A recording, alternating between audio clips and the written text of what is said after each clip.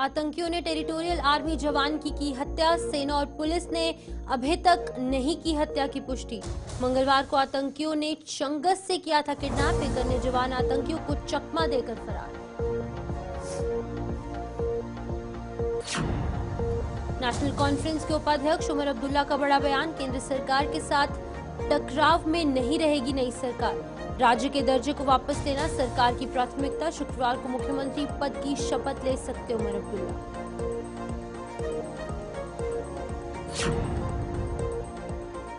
Pir Panjal reason से 2 पूर्व मंत्रियों ने हारा चुनाव। 2 पूर्व विधायकों को भी हार का सामना करना पड़ा। जम्मू संभाग में कांग्रेस के खाते में आई 1 मात्र सीट।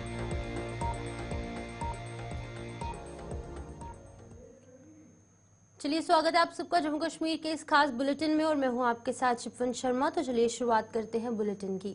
अनंतनाग जिले में आतंकियों द्वारा किडनैप किए गए टेरिटोरियल आर्मी के जवान का सुराग अभी तक नहीं मिल पाया है।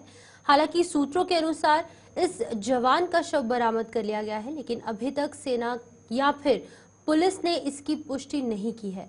मंगलवार को विधानसभा चुनाव के नतीजे आने के कुछ ही समय बाद आतंकियों ने अनंतनाग के कोकरनाग के शंगस इलाके से 2 जवानों को किडनैप कर लिया था। हालांकि एक जवान आतंकियों को चकमा देकर फरार हो चुका है और वहीं पर दूसरे की तलाश जो है वो यहाँ पर सेना द्वारा लगातार की जा रही है। आपको बता दें कि अभी कुछ ही देर पहले एक खबर निकलकर सामने आई थी कि यहाँ पर दक्षिण कश्मीर से एक शव भी जो है सेना के जवान का बरामद किया गया है। हालांकि ये किसका शव है, इसकी आइडेंटिटी क्या कुछ है, क्या ये वही यहाँ पर जवान है जिसका यहाँ पर जो है यहाँ पर उसका किडनैप देखने को मिला। अभी तक इस पर कोई आधिकारिक तौर पर पुष्टि नहीं की गई है, लेकिन इस खबर पर तमाम जानकारी देने के लिए हमारे साथ अनंतनाग से पीर मुजफ्फर ज्वाइन कर चुके हैं फोन लाइन के माध्यम से।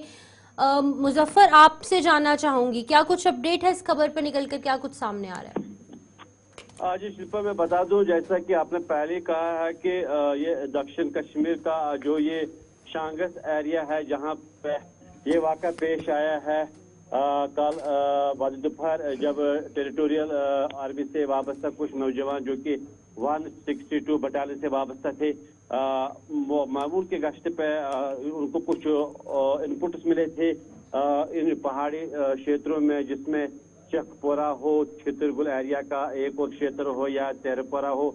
लेकिन जो ही ये वापस आए तो इनमें से 2 जो सोल्जर्स वो वहां पे वो मिसिंग पाए। तो फिर जब तेजी आई सर्च ऑपरेशन में तो एक जो सोल्जर वो वापस आया था जख्मी हालत में, जबकि वो ये कहा जा रहा है कि वो पहाड़ी से नीचे गिरा था, जिसके नतीजे में उसके बाजू शोल्डर वोल्डर कुछ वो उनमें कुछ चोटें आई थी। लेकिन उसके बाद जो एक हनूज जो मिसिंग सोल्जर हिलाल अहमद, वो ताहाल अभी तक लापता बताया जा रहा। अगरचे कई सोशल मीडिया हैंडलों ने ये कहा था कि एक खबर आ रही थी कि इसको ये अपडेट का मामला है, लेकिन मैं इतना बता दूं, जैसा कि चिराग को उसने पहले ही ट्वीट किया है कि उन्होंने इसको नकारा है कि अपडेट का मामला नहीं है, बल्कि फिलहाल ये मिसिंग था। और मिसिंग होने के बावजूद जो ही फौज और दीगर एजेंसी को ये इतला मिली, तुरंत उन्होंने इस एरिया को अपने महास्त्र में लिया है और कोऑर्डिनेट सर्च ऑपरेशन को तेज किया है। स्नाइपर डॉग्स की खदमात पे हासिल की गए। लेकिन ताहाल अभी जो हमारे पास भी एक इतला आ रही है कि फौज को एक शव मिला है, लेकिन अभी तक इसकी पुष्टि नहीं हो रही आया कि ये इसी सोल्जर की है या और किसी की है। जो ही इस हवाले से तस्वीर साफ होगी वो भी हम आपके साथ साझा करेंगे, शेयर करेंगे। लेकिन इतना तो है, फिलहाल जो सर्च ऑपरेशन है उसको और तेज कर दिया गया है। मैं बता दूं, फिलहाल जो ये क्षेत्र है, जिस तरह गढ़वाल एरिया कोकरनाग में ये क्षेत्र कहीं न कहीं आपस में मिलते जुलते हैं और इसी का कारण है कि जो ये इस वक्त ये मामला पेश आया है। अब फौज इसमें लगी हुई है कि किन परिस्थितियों में, किन कारणों की वजह से जो ये फौजी जो मुजफ्फर, आपसे जानना चाहूंगी, जिस तरीके से एक यहाँ पर शव भी बरामद किया गया है सेना के जवान का, क्या ये वही जवान है जिसको कि यहाँ पर किडनैप किया गया है आतंकियों द्वारा?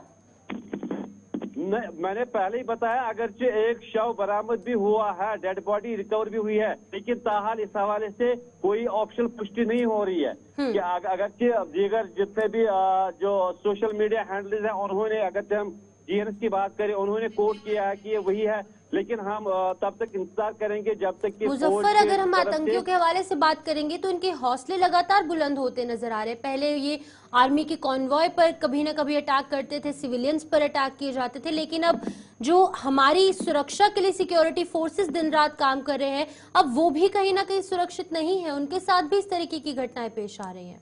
बिल्कुल, मैं बता दूं मैम, जिस तरह का ये घटना घटी है, इससे कहीं न कहीं कुछ चैलेंजेस भी अब आ रहे हैं सिक्योरिटी फोर्सेस को। पहले जब हम देखते थे एनकाउंटर्स हुआ करते थे जिसमें दो तरफा गोलाबारी हमें देखने को मिलती, लेकिन अब जो ये मामला अब पेश आ रहा है, कहीं न कहीं अब फौज को भी और सतर्क रहने की जरूरत है, क्योंकि जो ये मामला पेश है इससे ये लग रहा है कि जो इन्फिल्ट्रेशन है उसको हमें नहीं नकार सकते हैं कि ये भी एक कोई मामला है जिसके कारण जो आप बता रहे हैं कि इनके जो हौसले वो दिन ब दिन बुलंद है, लेकिन एक तरफ जो सेना की जो कार्रवाई है वो भी हमें देखने को मिल रही है। चाहे हम नॉर्थ कश्मीर की बात करें या दक्षिण कश्मीर के कई इलाकों की बात करें, जहाँ पे कुछ दिन पहले कुछ मुठभेड़ हुई थी जिसमें कुछ नुकसान भी हुआ था, जो कुछ मिलिटेंट्स भी वहाँ पे उन्होंने न्यूट्रल किया है। लेकिन कुल मिलाकर जो ये मामला इससे बना हुआ है, अब इस पे जो फौज है या बाकी जितने भी सिक्योरिटी एजेंसी है उनकी इस पे बराबर नजर है। जी मैम, ठीक है, बहुत बहुत शुक्रिया मुजफ्फर तमाम जानकारी देने के लिए। अनंतनाग कोकरनाग से पीर मुजफ्फर यहाँ पर अपडेट कर रहे थे कि एक शव यहाँ पर सिक्योरिटी फोर्सेस के एक जवान का बरामद किया गया है, लेकिन इसकी पुष्टि नहीं हो पाई है। आधिकारिक तौर पर इसकी ऑफिशियल कंफर्मेशन अभी तक सामने नहीं आई है और अभी भी सर्च ऑपरेशन जो है वो यहाँ पर लगातार जारी है। इसी बीच अगली खबर की और बात सियासत की होगी, जहां पर कि नेशनल कॉन्फ्रेंस के उपाध्यक्ष उमर अब्दुल्ला ने साफ तौर से कहा है कि जम्मू कश्मीर की नई सरकार केंद्र सरकार के साथ टकराव की नहीं, यहाँ पर बल्कि एक स्टेबिलिटी चाहती है। उन्होंने कहा है कि टकराव की स्थिति में नहीं रहेगी, बल्कि तालमेल बनाकर काम किया जाएगा। नेशनल कॉन्फ्रेंस और साथ ही साथ कांग्रेस के साथ मिलकर सरकार बनाने की तैयारी में है। उन्होंने ये भी कहा कि नई सरकार का पहला दायित्व जम्मू कश्मीर के राज्य के दर्जे को वापस लाना होगा। वहीं अगर सूत्रों की मानेंगे तो उमर अब्दुल्ला शुक्रवार को मुख्यमंत्री पद की शपथ ले सकते हैं। हालांकि औपचारिक तौर पर अभी तक इसकी पुष्टि भी यहाँ पर नहीं की गई है। लेकिन आपको बता दें कि इसी बीच जीत हासिल करने के बाद, इस तरीके से एक बड़ी जीत हासिल हुई है, इसी बीच में उमर अब्दुल्ला की तरफ से एक बयान सामने आया है। आप सुनिए क्या कुछ कह रहे हैं। Very grateful for the confidence that he has reposed in me. But that decision is of the legislators to make. It is a decision of the alliance to make. I love my father dearly and I'm very grateful for the support that he has shown me yesterday. But finally, the say has to be of the legislators, and I'm always one to do things by the rules and by the book. This is how the procedure that has to be followed, and that's what will be done. If and but, I don't, you know me, I don't give categorical answers to hypothetical questions. Whichever Chief Minister is sworn in the next few days, obviously there will be two sets of priorities. One is legislative, which will be determined by the members of the Legislative Assembly when the session is called. But the other is government related. And my own suggestion or my own word of advice to the incoming government would be that the first business of the cabinet should be to pass a resolution asking for statehood to be restored to Jammu and Kashmir, and the Chief Minister should travel to Delhi with that resolution, call on the senior leadership of the country and ask them to fulfill their promise, because it is the Honourable Prime Minister, the Honourable Home Minister and others who have promised the people of Jammu and Kashmir statehood. Nowhere did they say that statehood will be restored only to a BJP government or statehood will be restored only to a government that has BJP members. They said statehood will be restored to J&K, and that is what we hope will be done.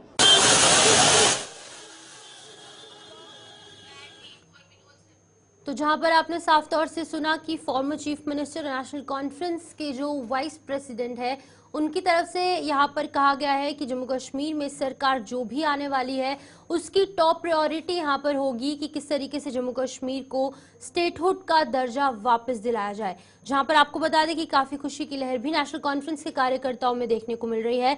और इन तमाम चीजों पर चर्चा करेंगे, हमारे साथ हमारे वरिष्ठ सहयोगी विनोद कुमार ज्वाइन कर चुके हैं।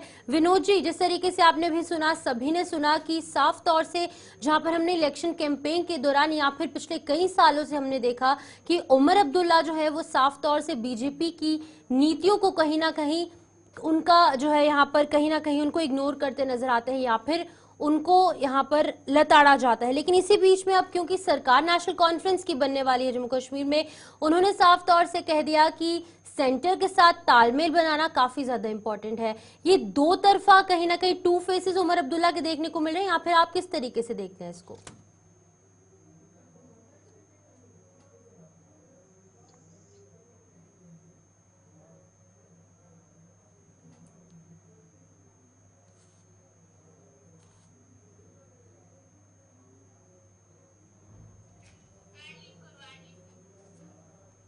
तो आपको बता दें कि यहाँ पर जिस तरीके से कल नतीजे जो है वो घोषित हुए हैं, जिसमें कि 42 सीटें नेशनल कॉन्फ्रेंस की झोली में आई हैं, 6 सीटें यहाँ पर कांग्रेस पार्टी ने जीती हैं और 1 सीट सीपीआईएम ने जीती है।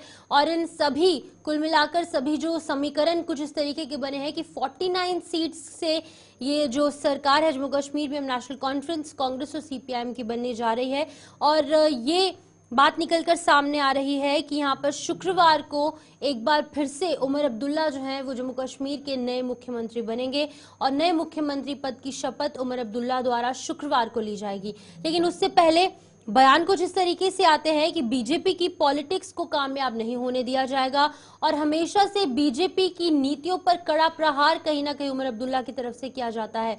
लेकिन अब हमने देखा, अब आपने भी सुना किस तरीके से साफ तौर से ये कह दिया गया है कि सेंटर के साथ तालमेल बनाना काफी ज्यादा इंपॉर्टेंट है। विनोद जी कंटिन्यू कीजिएगा, कुछ वॉइस का इशू हो चुका था, आप एक बार फिर से बताइएगा।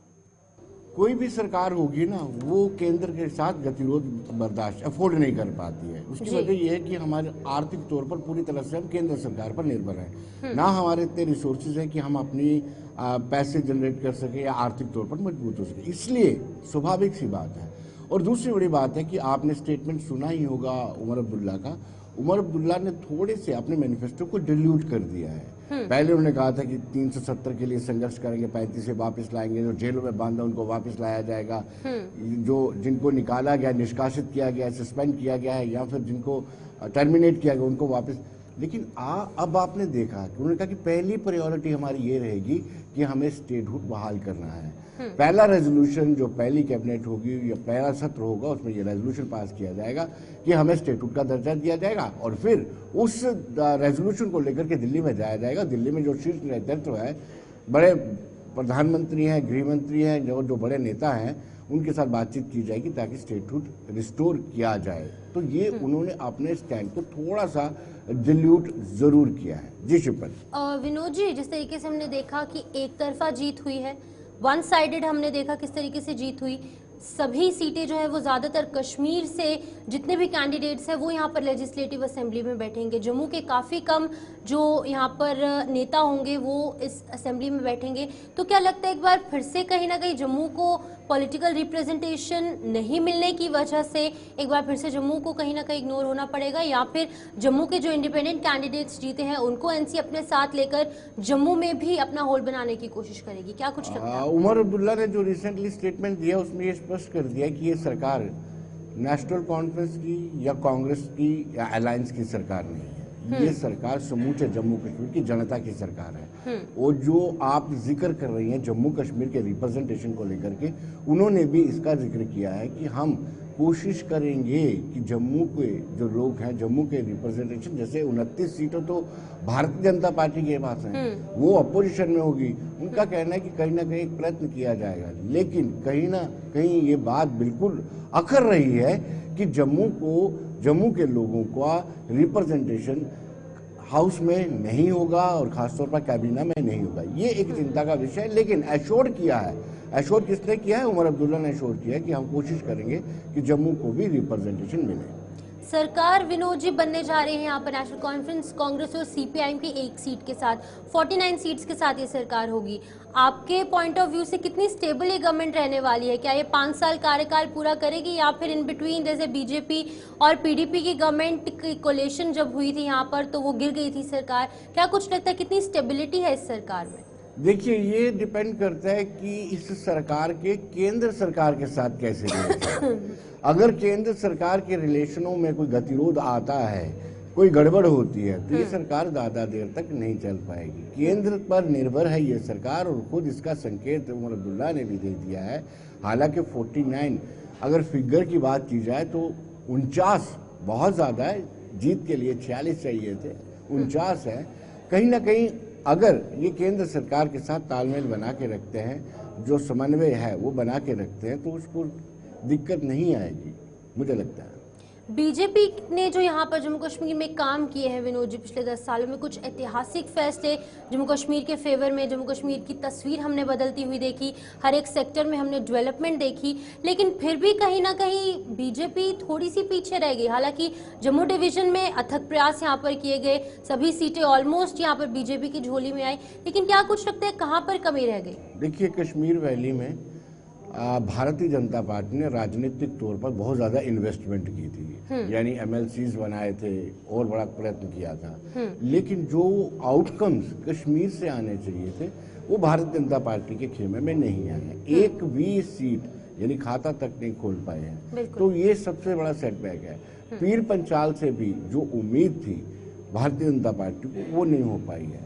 खैर, इनका अनुभव है, बहुत कुछ कश्मीर के लिए किया है, शुभमन आप भी जानते हैं, हम भी जानते हैं। बिल्कुल। और रादर जम्मू के लोग इस बात की नाराजगी है कि भाजपा ने भले ही हमारे लिए कुछ नहीं किया है, कश्मीर के लिए ज्यादा किया, फिर भी उन्होंने भाजपा को वोट दिया है। अब भारतीय जनता पार्टी को अपनी रणनीति में बदलाव करना होगा कि किस तरीके से पीर पंचाल और कश्मीर में अपनी पार्टी को पेनिट्रेट किया जाए, गतिविधियां बढ़ाई जाए, ताकि वो गतिविधियां वोट में तब्दील हो सके और उनके नुमाइंदे भी, यानी भारतीय जनता पार्टी के नुमाइंदे भी कश्मीर से जीत गए। ठीक है विनोद जी, बहुत बहुत शुक्रिया तमाम जानकारी देने के लिए।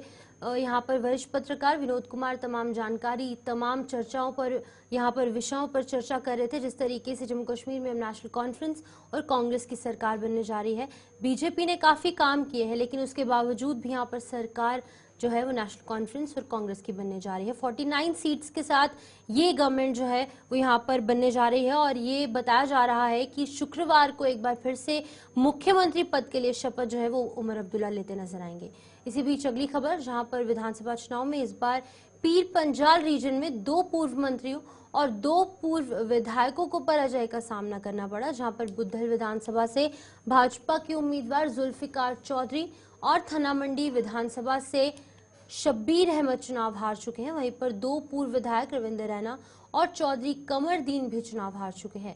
जम्मू संभाग में कांग्रेस के खाते में राजौरी विधानसभा से एकमात्र सीट आई है। खास बात यह भी है कि पीर पंजाल रीजन में भाजपा का पहाड़ी स्टेटस कार्ड भी नहीं चल पाया।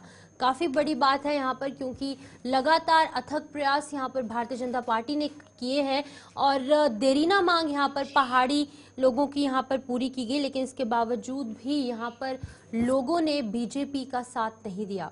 इस खबर पर जानकारी देने के लिए हमारे साथ जमशीद मलिक राजौरी से ज्वाइन कर चुके हैं। जमशीद, बताइएगा, 2 यहाँ पर पूर्व विधायक हैं और 2 यहाँ पर पूर्व जो है वो मंत्री हैं, इनको हार का सामना करना पड़ा। किस तरीके से समीकरण पूरे पीर पंजाल के देखने को मिले?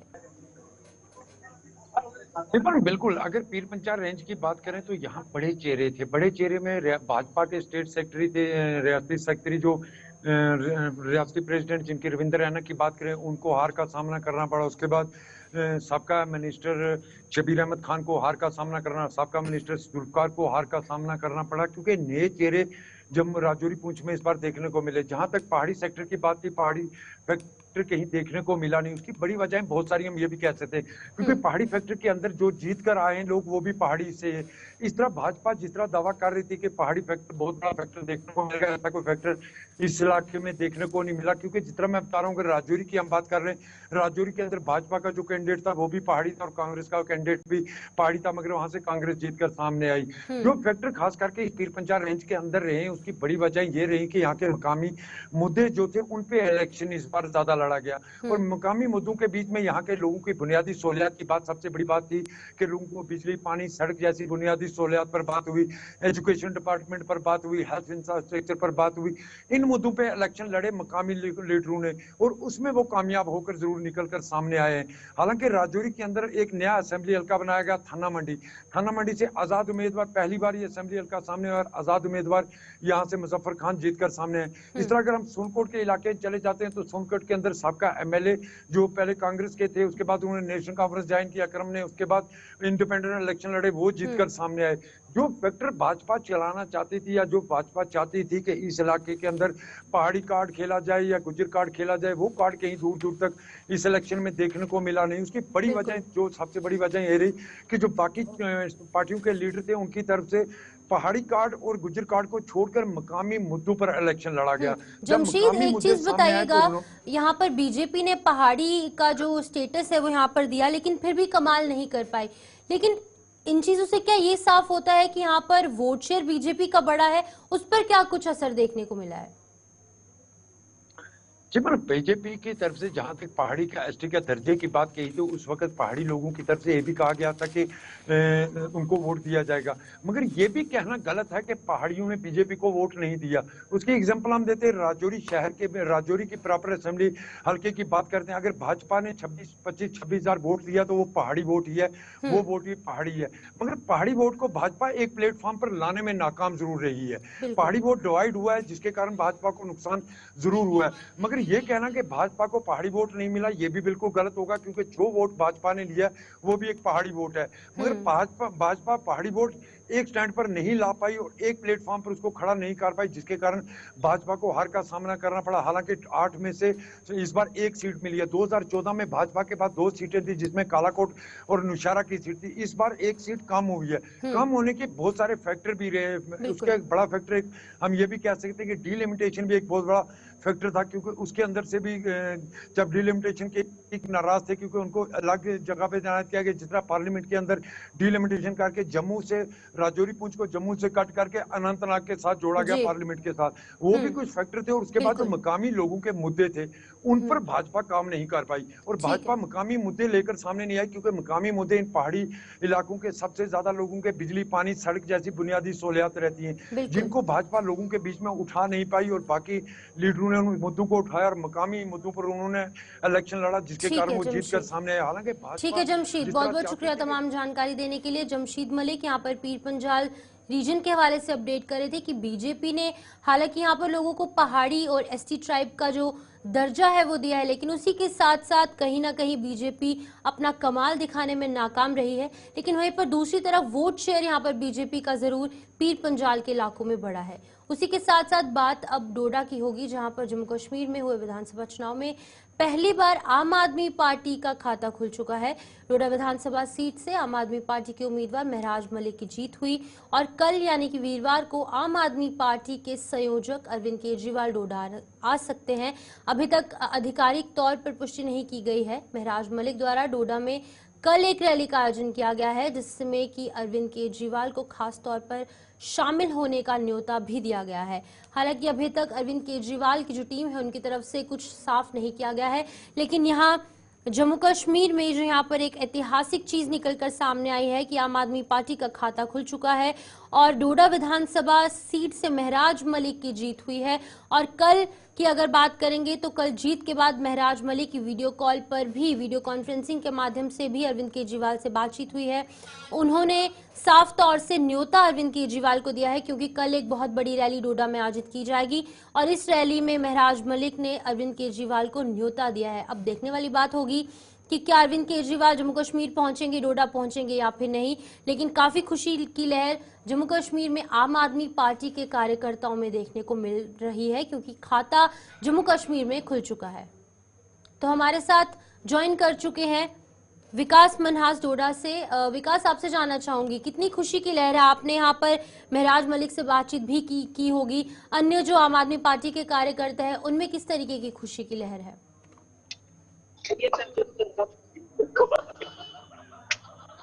विकास, आप सुन पा रहे हैं?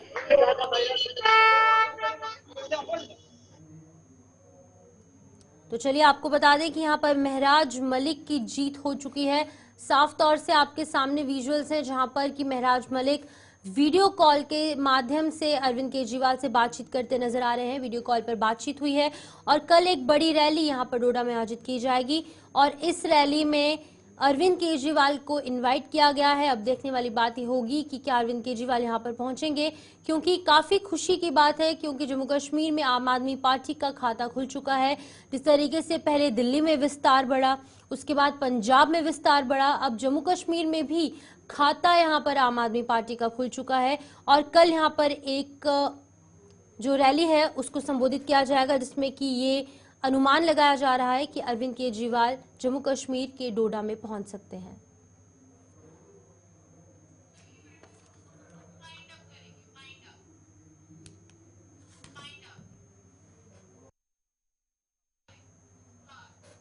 तो चलिए फिलहाल इस बुलेटिन में इतना ही। मुझे दीजिए इजाजत और आप जुड़े रहिए गुलिस्तान न्यूज के साथ।